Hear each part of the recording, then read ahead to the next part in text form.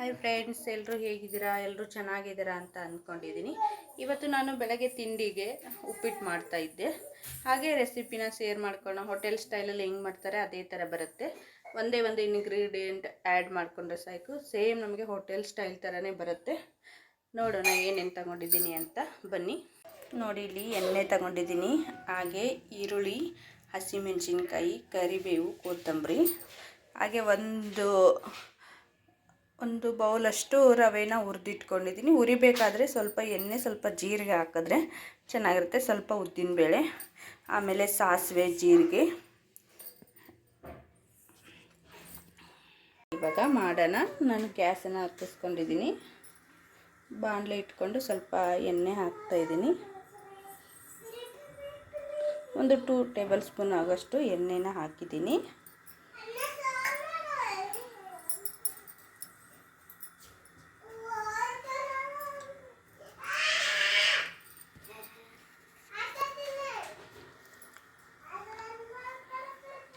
ಎಣ್ಣೆ ಕಾಯಿದ ಮೇಲೆ ಸ್ವಲ್ಪ ಸಾಸಿವೆ,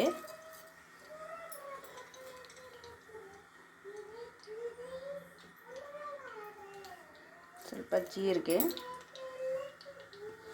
ಹಾಗೆ ಸ್ವಲ್ಪ ಉದ್ದಿನಬೇಳೆ ಹಾಕ್ತಾಯಿದ್ದೀನಿ. ಇದನ್ನು ಚೆನ್ನಾಗಿ ಉದ್ದಿನಬೇಳೆ ಬ್ಲ್ಯಾಕ್ ಕಲರ್ ಬರೋ ಥರ ಫ್ರೈ ಮಾಡ್ಕೋಬೇಕು. ನಾನು ರವೆ ಹುರಿದಿಟ್ಕೊಂಡು ಬಾಣಲೆ ಇತ್ತಲ್ಲ, ಅದನ್ನೇ ಹಾಗೆ ಯೂಸ್ ಮಾಡ್ತಾಯಿದ್ದೀನಿ.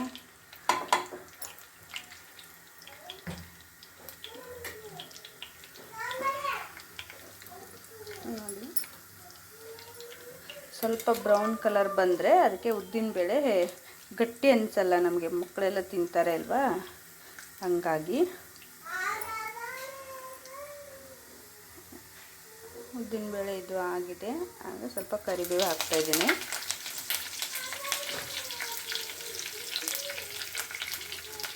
ಪಟ ಅಂದರೆ ಕರಿಬೇವು ಚೆನ್ನಾಗಿ ಇದಾಗುತ್ತೆ. ಈರುಳ್ಳಿ ಹಾಕ್ತಾಯಿದ್ದೀನಿ.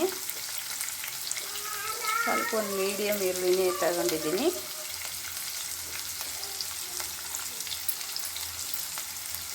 ನಮ್ಮನೆ ಮಕ್ಕಳು ಜಾಸ್ತಿ ಈರುಳ್ಳಿ ಎಲ್ಲ ತಿನ್ನಲ್ಲ, ಎತ್ತಿ ಇಡ್ತಾ ಇರ್ತಾರೆ. ಹಾಗಾಗಿ ನಾನು ಸ್ವಲ್ಪನೇ ಹಾಕ್ತಾಯಿದ್ದೀನಿ. ನೋಡಿ, ಇದು ಬ್ರೌನ್ ಕಲರ್ ಬರೋ ತನಕ ಹುರಿದ್ಬಿಟ್ಟು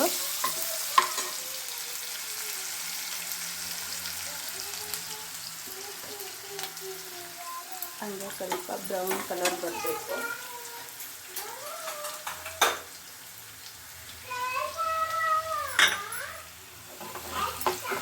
ಈರುಳ್ಳಿ ಹುರಿದಾಗಿದೆ.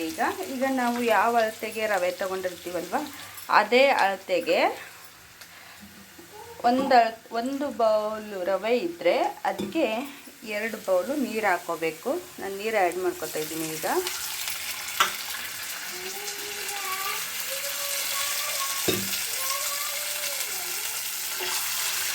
ನಂದು ಸ್ವಲ್ಪ ಬೌಲ್ಗಿಂತ ಜಾಸ್ತಿನೇ ಇದೆ ರವೆ, ಹಾಗಾಗಿ ಇನ್ನೊಂದು ಸ್ವಲ್ಪ ನೀರು ಹಾಕೋತೀನಿ. ಸಾಕು. ಈಗ ಒಂದು ಯಾವುದೋ ಹೋಟೆಲ್ ಸ್ಟೈಲಲ್ಲಿ ಅಂದಮೇಲೆ ನಾನು ಒಂದು ಯಾವುದೋ ಇಂಗ್ರೀಡಿಯೆಂಟ್ ಹೇಳ್ತೀನಿ ಅಂತ ಅಂದ್ಕೊಂಡೆ. ಅಯ್ಯೋ ಸಾರಿ, ಮೆಣಸಿನ್ಕಾಯಿ ಹಾಕೊಳ್ಳಿಲ್ಲ, ಏನಾಗಲ್ಲ.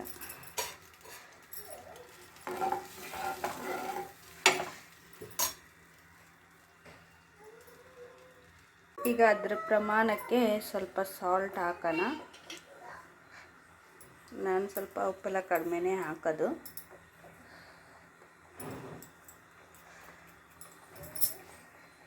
ಒಂದು ಟೇಬಲ್ ಸ್ಪೂನ್ ಆಗೋ ಅಷ್ಟು ಹಾಕಿದ್ದೀನಿ. ಇದು ಚೆನ್ನಾಗಿ ಕುದಿ ಬಂದ ಮೇಲೆ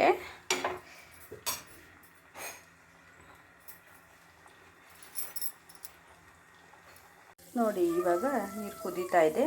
ಈಗ ನಾನು ಅದೇ ಹೋಟೆಲಲ್ಲಿ ಹಾಕ್ತಾರೆ, ಇದನ್ನು ಹಾಕಿದ್ರೆ ನಮಗೆ ಸಾಫ್ಟಾಗಿ ಉಪ್ಪಿಟ್ಟು ಬರುತ್ತೆ. ಸ್ವಲ್ಪ ಹಾಲು ಹಾಕ್ತಾಯಿದ್ದೀನಿ.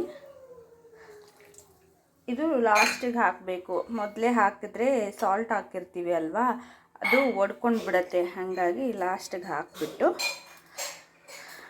ಒಂದು ಸ್ವಲ್ಪ ಕುದಿ ಬಂದರೆ ಸಾಕು. ರವೆನ ಹಾಕಿಬಿಟ್ರೆ ಸಾಫ್ಟಾಗಿ ಬರುತ್ತೆ ಇದು. ಇವಾಗ ನೋಡಿ, ಇದು ಕುದೀತಾ ಇದೆ. ನಾನು ರವೆ ಆ್ಯಡ್ ಮಾಡ್ಕೊತೀನಿ ಇದಕ್ಕೆ. ಇದು ರವೆ ಹಾಕುವಾಗ ನಾವು ಸ್ವಲ್ಪ ಇದು ಮಾಡಬೇಕು, ಇಲ್ಲಾಂದರೆ ಗಂಟು ಥರ ಬಂದುಬಿಡತ್ತೆ. ತಿರ್ಸ್ತಾ ಇರಬೇಕು.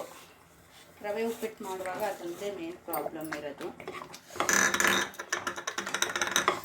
ಸ್ವಲ್ಪ ಲೋ ಫ್ಲೇಮಲ್ಲಿ ಗಟ್ಟಿ ಆಗದೆ ಇರೋ ಥರ ಮಾಡ್ಕೋಬೇಕು. ಇವಾಗ ಎಷ್ಟು ಚೆನ್ನಾಗಿ ಸಾಫ್ಟಾಗಿ ಬರುತ್ತೆ ಇದು, ನಾನು ತೋರಿಸ್ತೀನಿ. ಕುದೀತಾ ಇದೆ ಈಗ.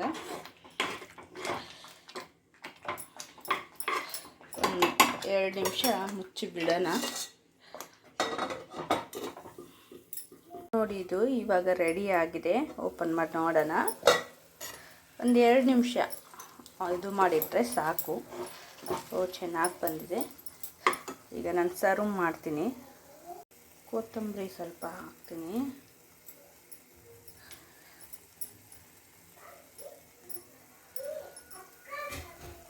ನೋಡಿ ಹೆಂಗೆ ಕಾಣಿಸ್ತಾ ಇದೆ. ನೋಡಿ, ನಮ್ಮ ಡಿಲಿಸಿಯೇಟ್ ಉಪ್ಪಿಟ್ಟು ರೆಡಿ. ತುಂಬ ಟೇಸ್ಟಿಯಾಗಿ ಚೆನ್ನಾಗಿರುತ್ತೆ. ಸೇಮ್ ಹೋಟೆಲ್ ಸ್ಟೈಲ್ ಥರ ಬಂದಿರುತ್ತೆ. ಬನ್ನಿ ತಿನ್ನೋಣ. ವಾವ್, ಸೂಪರಾಗಿ ಬಂದಿದೆ. ಸೇಮ್ ಹೋಟೆಲ್ ಸ್ಟೈಲ್ ಥರನೇ ಬಂದಿದೆ. ಹೋಟೆಲಲ್ಲಿ ನಾವು ತಿಂತೀವಲ್ವಾ, ಅದೇ ಥರ ಬಂದಿದೆ. ನೀವು ಇಷ್ಟವಾದರೆ ನೀವು ಟ್ರೈ ಮಾಡಿ ನೋಡಿ. ಇಷ್ಟವಾದರೆ ಲೈಕ್ ಮಾಡಿ, ಶೇರ್ ಮಾಡಿ, ಹಾಗೆ ಕಮೆಂಟ್ ಮಾಡಿ. ಪೂರ್ತಿ ವಿಡಿಯೋ ನೋಡಿದ್ದಕ್ಕೆ ಧನ್ಯವಾದಗಳು. Thank you.